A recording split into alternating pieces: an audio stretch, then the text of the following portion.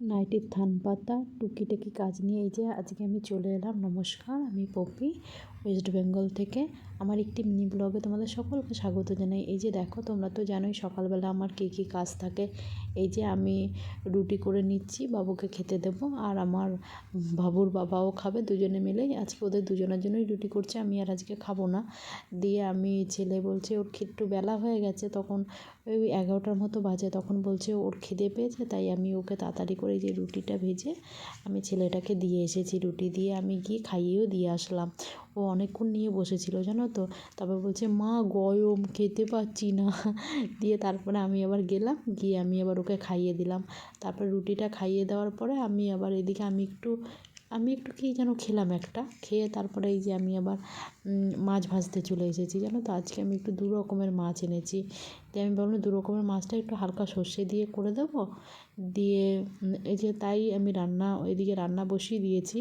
এবার আমি আজকে ভাবলাম কি মানে পালং শাক দিয়ে যে সবজিটা আমরা আর কি সবাই করি সেইটাই করব। পাঁচমিশালি সবজি দিয়ে পালং শাক দিয়ে করব, তাই আমি ওটা কাটাকাটিও করে নিয়েছি। কাটাকাটি করার পরে না আমার রান্নাটা অনেকটা হয়ে গেছিলো।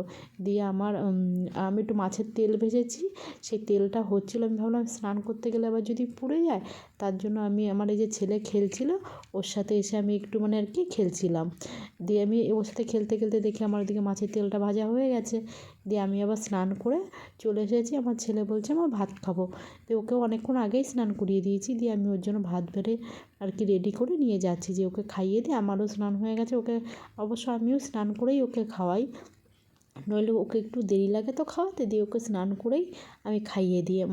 মানে আমি স্নান না করেও আমার খেতে ইচ্ছা করে না, আর আমি স্নান না করে আমার ছেলেকে খাওয়াতে ইচ্ছা করে না। তার জন্য আমি পুরো রেডি হয়ে ওকে আমি খাইয়ে দিই। এই যে আমি ওর জন্য খাবারটা রেডি করছি।